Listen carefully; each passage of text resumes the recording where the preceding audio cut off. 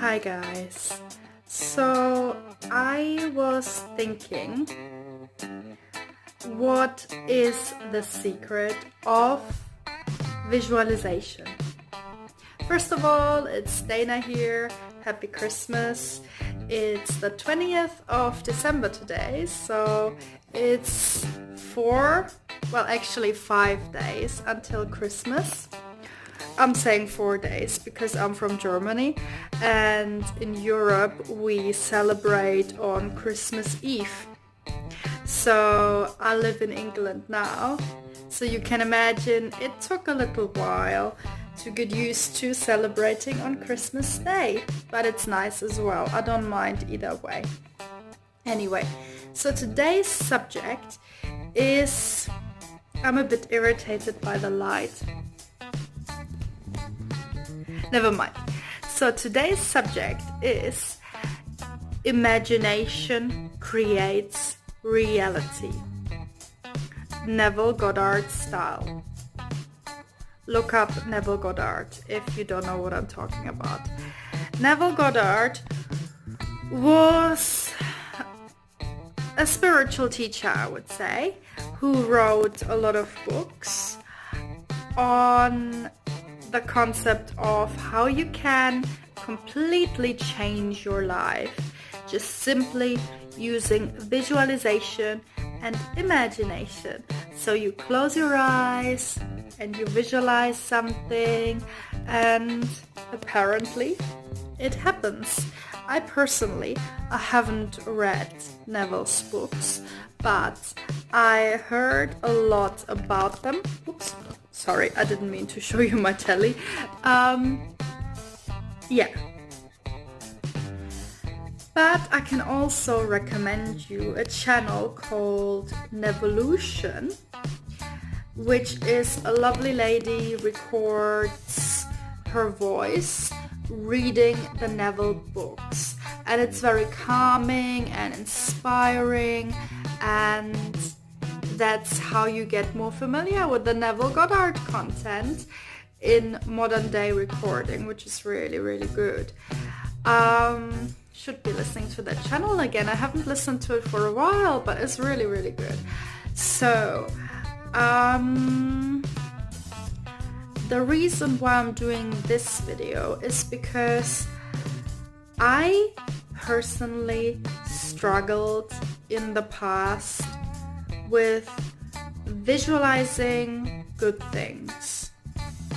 And even though I generally have a really good imagination, especially being an actor and creative person in general, I have a very vivid imagination, especially visuals. I'm very good at recalling pictures in my head or a movie in my head. I can literally close my eyes and visualize. But because for most of my life I had the wrong wiring, meaning believing into negative things too much, I find it hard to visualize the good stuff. Can you relate to this? Some of you may be able to relate to this because some of us just don't have a good imagination and need to train it. Others, like me, have a good imagination but have the wrong wiring. For me, it's very easy to visualize the bad stuff, and not on purpose, more by default, because I've been thinking negative thoughts for too long and sometimes they get out of control. So I found what helps me, and if you have the same issue, if you struggle visualizing the good stuff and just bad stuff pops up into your head, then I find scripting really good.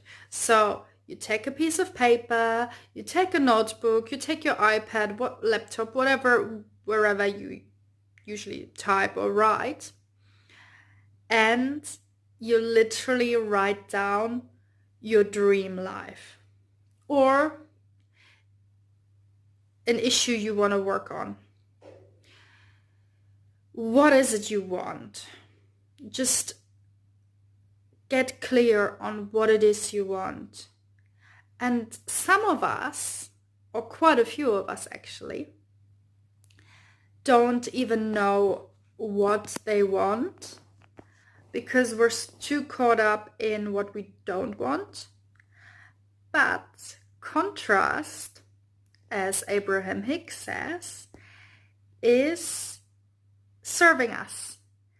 Contrast means the bad stuff, the so-called problems that pop up in our lives, whatever they may be, problems with people or situations or something missing in your life that you really want, or something you don't want that keeps popping up. Can be anything really. If you're really struggling with this, just write down your thoughts. Just like in a counseling session. Write down what you feel in the moment. And take your time with this. You could write, I don't know, you could fill a whole page just with what you don't want. Or maybe not too long. Maybe stay general on what you don't want. And then, guess what? You automatically know what you do want. Because through knowing what you don't want, you just turn it into the opposite. And then you know what you want. For instance, if you don't get on with someone, write it all down. And if it really bothers you, it means you really want to get on with that person. So then you write down new affirmations. You say things like, oh God, I have to sneeze, excuse me. Oh, excuse me. It's all about authenticity. So you write down your affirmations. You write down what you want. You write down, isn't it wonderful that I'm getting on so well with so-and-so?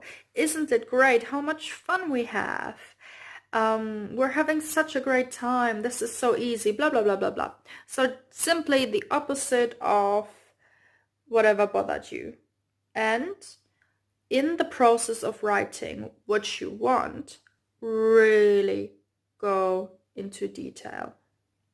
And another stepping stone, another trap along the way that some of us face, and I, on a lot of days, I'm one of those people. When you write down what you really want and you visualize it as if you already have it, your mind will go, no, that's not true. Don't fool yourself. That's not true. No, I don't believe in that. For instance, if you write down, oh, isn't it wonderful how much money I have, blah, blah, blah, blah, blah. Your mind will go, no, you don't, because you're so used to not believing it, because you're so used to being in the state of poverty. That's when you use the wouldn't it be nice technique. You write down, wouldn't it be nice if I had a lot of money? Wouldn't it be nice if I was getting along with that person? Wouldn't it be nice if I had the career I really want? Or the house, the car, whatever you want. You know best. The wouldn't it be nice technique is very, very useful. And if you have a monkey mind like me that likes to walk off into negative territories and just being grumpy, then the wouldn't it be nice technique is for you. And then as time goes by and you train your mind to be more positive, more believing, more affirming good things, then you can start entering the state as if you already have it. Because that's, according to Neville Goddard, the most effective state. And in addition to that, it's very important that you stay positive. Well, we can't be positive all of the time, but if you're positive at least about 51% of your day, then you're already on the right track. People always think we have to be positive all the time, but we're human. We can't be positive all the time, but you can train your brain, your emotions. You can train yourself to be positive most of the time. And to finish this off, the basis of all the things I just said is self-love. You really need to learn to love yourself. I can recommend you videos by Louise Hay. If you type in Louise Hay on YouTube, she's amazing when it comes to self-love. And type in self-love meditations, because they help me personally to raise my vibe and to be more accepting of myself and to learn to make myself more of a priority. Because if you don't put yourself first, you don't have the energy to give to other people. So please keep that in mind. That's it for today. I hope you all have a good Christmas time and subscribe to my channel, Dana Shuffle. Hit the notification bell and please hit the like button. I would really appreciate it. Bye.